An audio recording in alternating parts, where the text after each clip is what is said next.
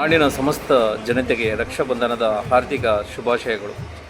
ರಕ್ಷಾಬಂಧನ ಎಂದರೆ ಕೇವಲ ಸಹೋದರನ ಕೈಗೆ ಸಹೋದರಿಯರು ಒಂದು ದಾರವನ್ನು ಕಟ್ಟುವ ಹಬ್ಬವಲ್ಲ. ಇದು ಪ್ರೀತಿ, ವಿಶ್ವಾಸ, ಜವಾಬ್ದಾರಿ, ಗೌರವ ಮತ್ತು ರಕ್ಷಣೆಯ ಪವಿತ್ರ ಬಂಧನದ ಸಂಕೇತ. ರಕ್ಷಾ ಎಂದರೆ ರಕ್ಷಣೆ, ಬಂಧನ ಎಂದರೆ ಬಂಧ.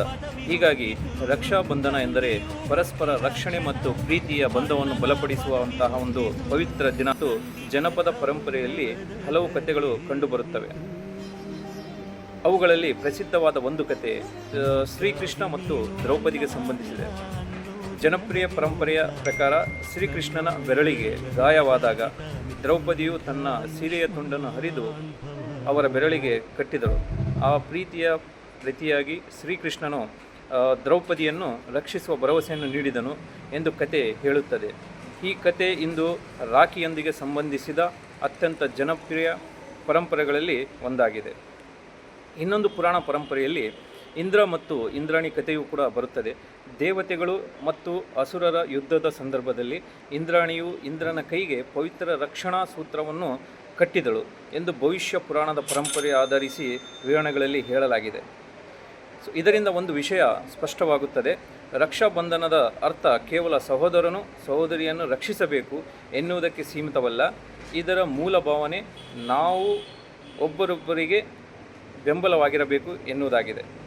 ಇಂದು ಸಹೋದರಿ ಸಹೋದರನ ಕೈಗೆ ರಾಖಿ ಕಟ್ಟುತ್ತಾಳೆ. ಸಹೋದರನು ಆಕೆಯ ಪ್ರೀತಿಯ ಮತ್ತು ವಿಶ್ವಾಸವನ್ನು ಗೌರವಿಸಿ ಜೀವನದ ಕಷ್ಟ ಸುಖಗಳಲ್ಲಿ ಆಕೆಯೊಂದಿಗೆ ನಿಲ್ಲುವ ಭರವಸೆಯನ್ನು ನೀಡುತ್ತಾನೆ. ಆದರೆ ಇಂದಿನ ಕಾಲದಲ್ಲಿ ರಕ್ಷಾಬಂಧನ ಸಂದೇಶ ಇನ್ನೂ ವಿಶಾಲವಾಗಬೇಕು. ಹೆಣ್ಣನ್ನು ಗೌರವಿಸುವುದು, ಅವಳ ಸ್ವಾತಂತ್ರ್ಯವನ್ನು ಗೌರವಿಸುವುದು, ಅವಳ ಕಷ್ಟದಲ್ಲಿ ಜೊತೆ ನಿಲ್ಲುವಂಥದ್ದು ಮತ್ತು ಸಮಾಜದಲ್ಲಿ ಸುರಕ್ಷಿತ ವಾತಾವರಣವನ್ನು ನಿರ್ಮಿಸುವುದು, ಇವೆಲ್ಲವೂ ರಕ್ಷಣೆಯ ನಿಜವಾದ ಅರ್ಥ. ಅದೇ ರೀತಿಯಾಗಿ ಸಹೋದರಿಯು ಸಹೋದರನ ಸುಖ ದುಃಖಗಳಲ್ಲಿ ಜೊತೆಯಾಗಿರುವ ಪ್ರೀತಿ ಮತ್ತು ಬೆಂಬಲದ ಸಂಕೇತವಾಗಿದ್ದಾಳೆ. ಆದ್ದರಿಂದ ಈ ರಕ್ಷಾಬಂಧನದಂದು ನಾವು ಒಂದು ಸಂಕಲ್ಪವನ್ನು ಮಾಡೋಣ. ಸಂಬಂಧಗಳನ್ನು ಗೌರವಿಸೋಣ, ಪ್ರೀತಿಯನ್ನು ಹಂಚಿಕೊಳ್ಳೋಣ, ಹೆಣ್ಣು ಗಂಡು ಎಂಬ ಭೇದವಿಲ್ಲದೆ ಪರಸ್ಪರ ಗೌರವಿಸೋಣ, ಕಷ್ಟದಲ್ಲಿರುವವರ ಕೈಯನ್ನು ಹಿಡಿಯೋಣ, ಸಮಾಜದಲ್ಲಿ ಶಾಂತಿ, ಸಹೋದರತ್ವ ಮತ್ತು ಸೌಹಾರ್ದತೆಯನ್ನು ಬೆಳೆಸೋಣ.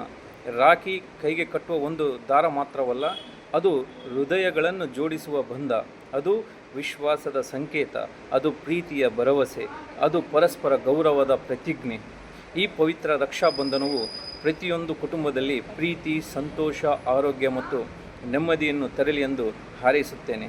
ನಾಡಿನ ಸಮಸ್ತ ಜನತೆಗೆ ಮತ್ತೊಮ್ಮೆ ರಕ್ಷಾಬಂಧನದ ಹಾರ್ದಿಕ ಶುಭಾಶಯಗಳು.